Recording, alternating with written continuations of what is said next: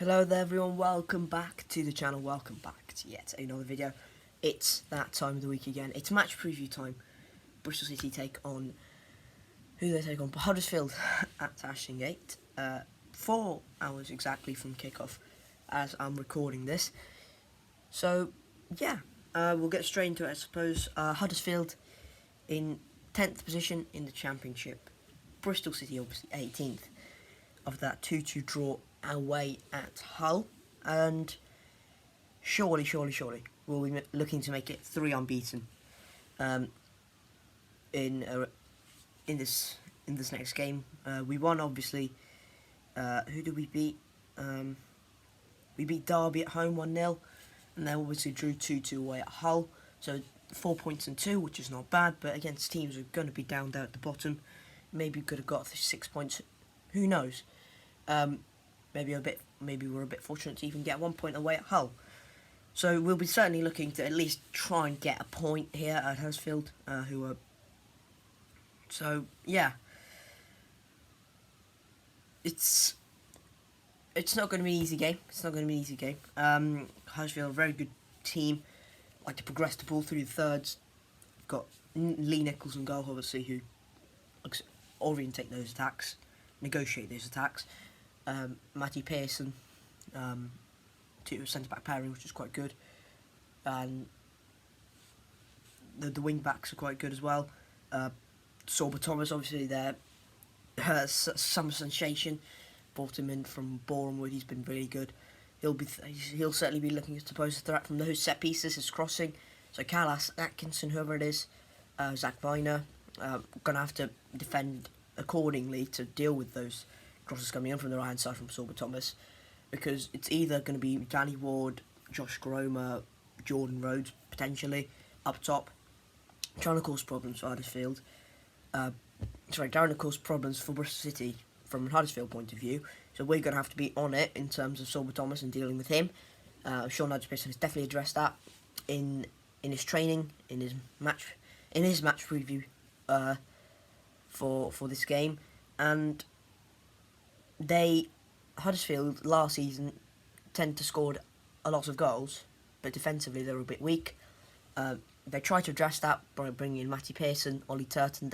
Ollie Turton hasn't played much, but Matty Pearson certainly helped develop that and keeping defensive stability at Huddersfield. And he certainly brought a new kind of style in terms of, right, this was there before. Clearly it was not working because Huddersfield finished 20th in the end. Clearly it was not working, so they brought in Matty Pearson on free from Luton, and he's really been pretty good. From a Bristol City point of view, though, I think Matty James coming back is a big one. We certainly lacked some. When Matty James was away, we lacked a midfielder who we could just give the ball to and right, slow the game down. And he did that. Often he got the ball and what he did was just give it to Masengo, give it out wide, give it to either side, give it back. It just slowed the tempo down. And that is very useful, especially when we're under the cosh. And that is going to happen a lot of times this season when we're under the cosh, either against good teams or when a team is riding the momentum.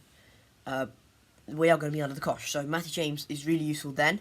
But the con of that is, if we are needing a goal, Matty James is not the player we need in terms of slowing things down. Maybe I'm proven wrong.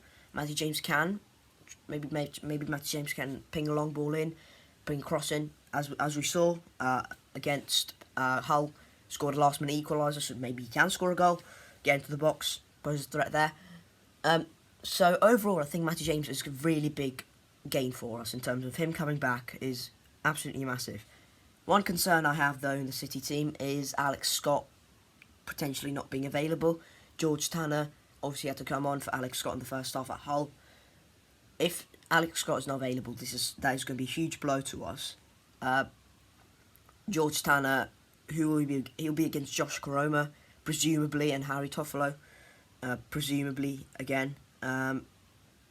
So we're gonna have to try and use George Tanner as a bit of a repellent to Huddersfield's strong left-hand side, really. Karoma's pretty good.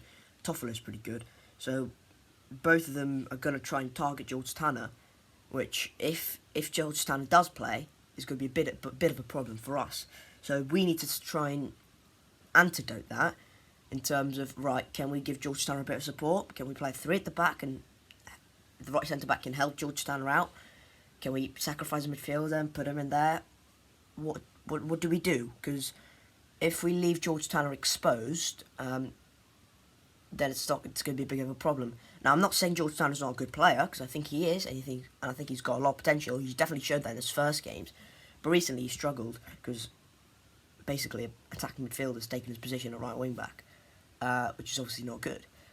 So basically, for Huddersfield, what they need to do is, if Huddersfield want to win this game, they need to try and attack George Tanner, and we need to try and find out a way, and there are a lot of ways to do this, to try and stop Huddersfield's left-hand side, which is Karoma and Toffolo, from attacking George Tanner.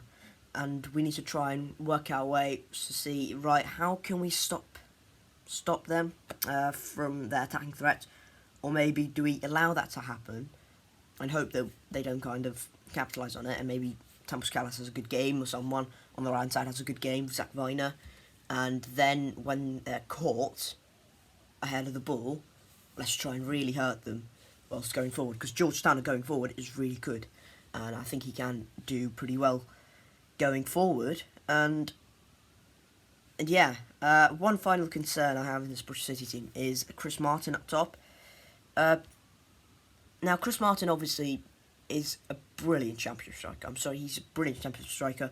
He, in his career, has scored tons and tons and tons of goals, 150 goals and above, I think, for Chris Martin in his time in the Championship, or I think it's just his football career, which is a lot, and that's definitely something that's very, very good, and his experience around the dressing room is certainly massively helpful, and I think Nigel Pearson understands that as well. But what I have a concern with is with his constant picking of him in the first team, because we have a £5 million striker we bought in January on the bench, and that guy who scored tons of goals as well in the Championship. I don't understand why he isn't getting a look in, because he's certainly got pace, which we're kind of lacking at the moment in terms of going up top. A lot of our chances are coming from set pieces, counter-attacks, crosses, which Chris Martin's useful at. I'm not saying he isn't.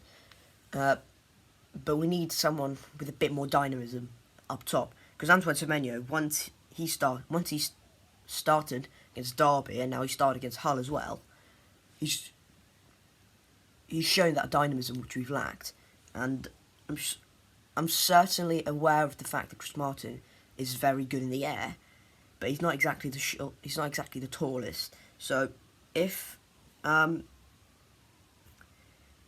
team, for example, let's say Cardiff, right? If they have Aidan Flint, Sean Morrison and Curtis Nelson, they literally just have to stick Sean Morrison on him, and they won't have a threat from Chris Martin. Because Chris Martin hasn't got the pace, he hasn't got the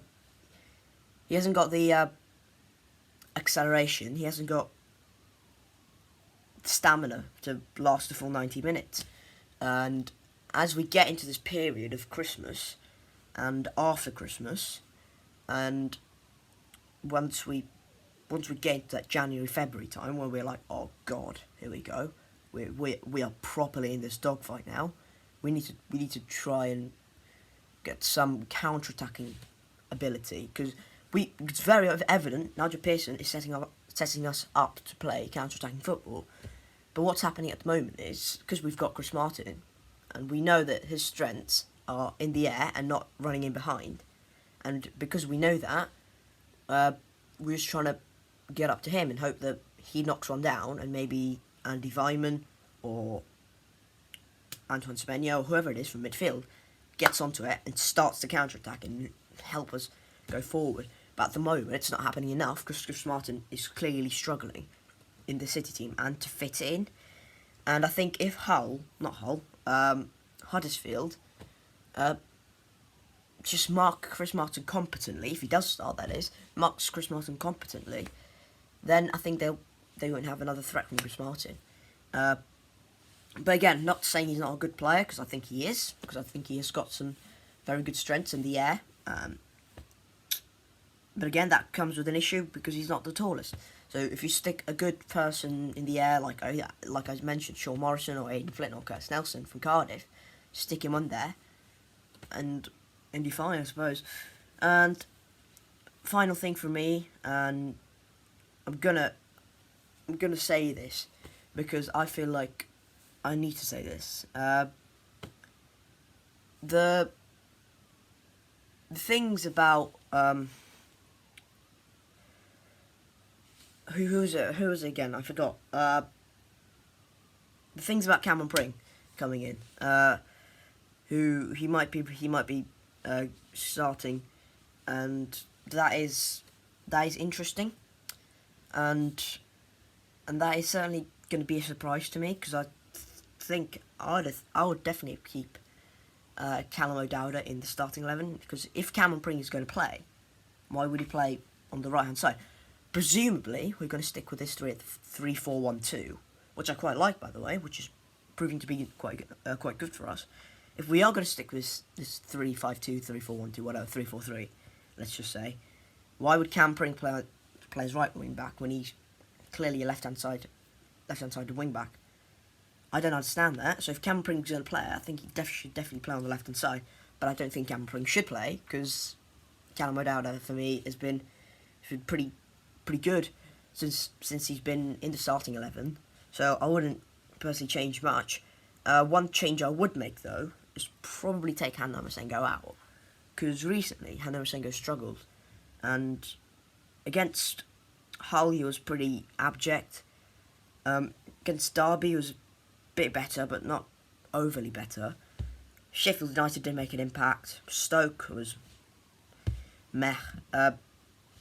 Really, his last good performance was away at QPR, which is a bit of a shame, really, because I think Hannah Masengo is a really good player. So, to be honest, maybe I'd take Hannah Masengo out and put Matty James in, and give Matty James a different partner, and either that's going to be Tyreek Backinson.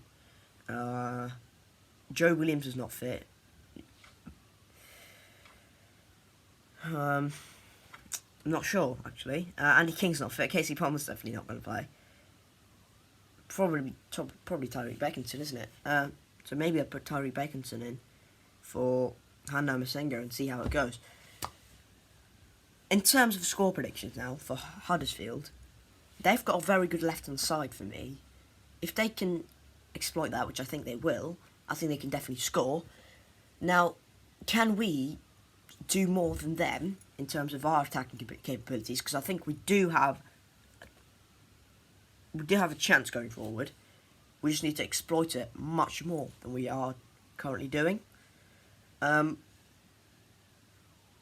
think we can definitely win this, but I'm not sure if we will execute what surely Nigel Pearson has said, which I've said for 13.5 minutes of this video, which is, right, attack, maybe draw their left-hand side in, and then attack it, because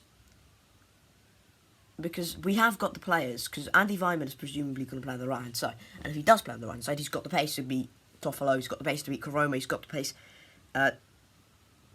to be, who's on the left-hand side for Huddersfield against Coventry, Levi Colwill. I definitely think he's got the pace. Then why not try and attack it a bit more than we did, than we are doing right now? So definitely try and progress the ball, try and use our pace to get in behind, and I think we can win this.